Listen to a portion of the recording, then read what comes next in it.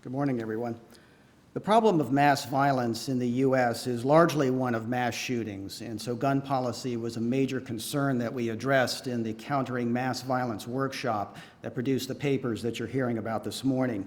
And today we have multiple presentations on different aspects of gun policy. In this first presentation, I'll be discussing policies to address high-risk weapons and certain high-risk individuals.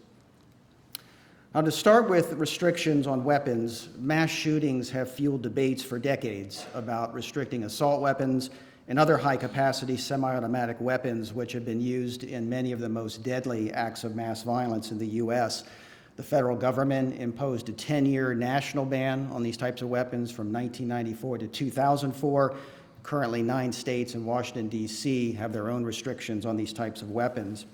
Now, broadly, assault weapon laws restrict semi-automatic weapons with military-style features that are designed for rapid, high-volume gunfire and that are otherwise useful for military applications while being unnecessary for sporting, hunting, or self-defense. Assault weapon laws also commonly include bans on large-capacity magazines, which are commonly defined as ammunition magazines holding more than 10 rounds. Note that a few states have large-capacity magazine restrictions without having corresponding assault weapon restrictions. Now, I've long argued that large-capacity magazines are the most important provisions of these laws for a couple of reasons. One is that a large-capacity magazine is the most functionally important feature of an assault weapon. It is the key to the gun's firepower, and assault weapon models often come with particularly large magazines. But the magazine restrictions also have the potential to affect many more gun crimes than do the assault weapon restrictions, because there are many non-military style semi-automatic weapons that are manufactured and sold with large-capacity magazines, often in the range of 11 to 20 rounds. Now, the magazine laws do not ban these firearms, but they require the makers to produce them with smaller, modified magazines. And so for these reasons in my work, I place a greater emphasis on the overall use and regulation of high-capacity semi-automatic weapons. Keep in mind that assault weapons are a subset of these guns. Now, data on the use of these weapons in mass shootings is not very precise, but they appear to be used in between 20% and 58% of these attacks. They are used most frequently in public mass shootings, and their use has been rising in recent years.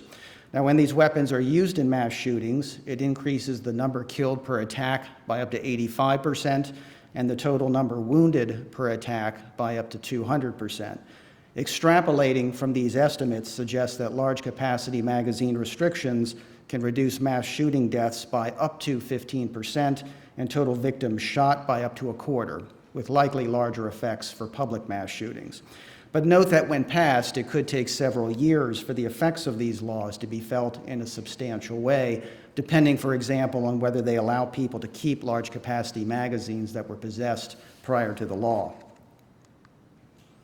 Now, turning to research on the effects of these laws, the federal ban on assault weapons and large-capacity magazines that was in effect from 1994 to 2004, and which I have previously studied for the U.S. Department of Justice, had various loopholes and exemptions that limited its effects, but it did have preventive value in capping the supply of these weapons, and it was contributing to a gradual reduction in their supply, which would have continued over time had the ban been extended. But instead, we've seen that the use of high-capacity semi-automatic weapons has been rising since the expiration of the federal assault weapons ban, which has likely contributed to higher fatalities and injuries in mass shootings and in other gun crimes. If federal policymakers were to reinstate a federal ban, some of the key issues for them to consider would be whether and how to regulate possession, transfer, and importation of pre-law magazines and assault weapons. Now, turning to the state-level laws, studies of the state-level bans have been very limited, and there are important variations in these laws that may influence their effectiveness. However, recent work done by Daniel Webster and his colleagues, which is also featured in our special issue, shows that mass shootings are 48% to 60% lower overall in states with restrictions on high-capacity magazines. These differences may not be due entirely to the effects of the magazine restrictions, but this does provide significant additional evidence for the efficacy of these laws.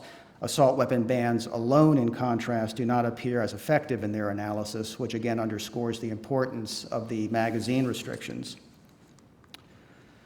Now, we also discussed a number of initiatives for incapacitating and disarming high-risk individuals. These include extreme risk protection orders, which I'll address in a moment. They also include strengthening mechanisms for identifying and disarming illegal gun possessors who do account for many mass shootings, indeed nearly half in a recent study that was done by Professor Zioli.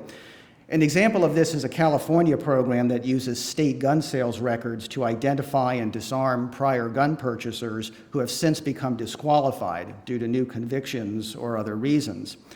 We also discussed the potential to identify high-risk gun purchasers through analysis of their gun purchase patterns, particularly noting people like the 2017 Las Vegas shooter who are stockpiling large numbers of weapons. This can be done with some state-level data systems and perhaps certain types of federal records. Hannah LaCour and Garen Wintemute of the University of California at Davis discuss each of these issues in a paper that will appear as part of our special issue in Criminology and Public Policy. But in the remaining time that I have, I'd like to focus on extreme risk protection orders, which are often referred to as red flag laws or gun violence restraining orders. These laws enable authorities to temporarily disarm people who are at high risk of harming themselves or others, but who cannot be dealt with effectively through arrest or hospitalization. Now, these orders can be issued based on petitions from police, usually from family and household members, and sometimes from other parties like mental health professionals or school officials. When granted, they require subjects to relinquish firearms they possess, and they're prohibited from obtaining new firearms. The logic behind these laws is, as you've heard, that they could be helpful in reducing mass shootings because many mass shooters give off warning signs of their dangerousness or explicit intentions before committing their attacks. We've been referring to that as leakage. If these signs can be recognized and acted upon, then it may be possible to intervene with some of these shooters before their attacks. Now, a growing number of states are adopting these laws. Currently, 17 states and Washington, D.C. have some version. These laws perhaps have wider political appeal because they are highly targeted, they're based on behaviors, the restrictions are temporary, and they provide due process for subjects. Research shows that they've been helpful in reducing suicides in some states, but further work is needed to determine how they affect gun violence and mass shootings in particular. One such study of California's ERPO law is being conducted by researchers at the University of California at Davis, who are following 414 people who were subjected to these orders from 2016 through 2018. And in a recent preliminary study they released on 159 cases, they reported on 21 that involved threats of mass violence. And to date, no adverse events have occurred in these cases. The subjects have not gone on to engage in mass attacks, homicides, or suicides. So these are encouraging early signs, but further research will be necessary across multiple states to examine how many people are subjected to these orders, to examine the long-term outcomes for these individuals, and finally to assess whether or not these laws can successfully reduce the overall prevalence of mass shootings. So in summary, gun policy is not the complete answer to reducing mass shootings in the U.S., but it does have an important role to play in society's response, we believe. Efforts to target high-risk individuals and particularly dangerous weaponry are important policy considerations in this realm. And in the next few presentations, you'll be hearing about some other aspects of gun policy that are important as well. Thank you.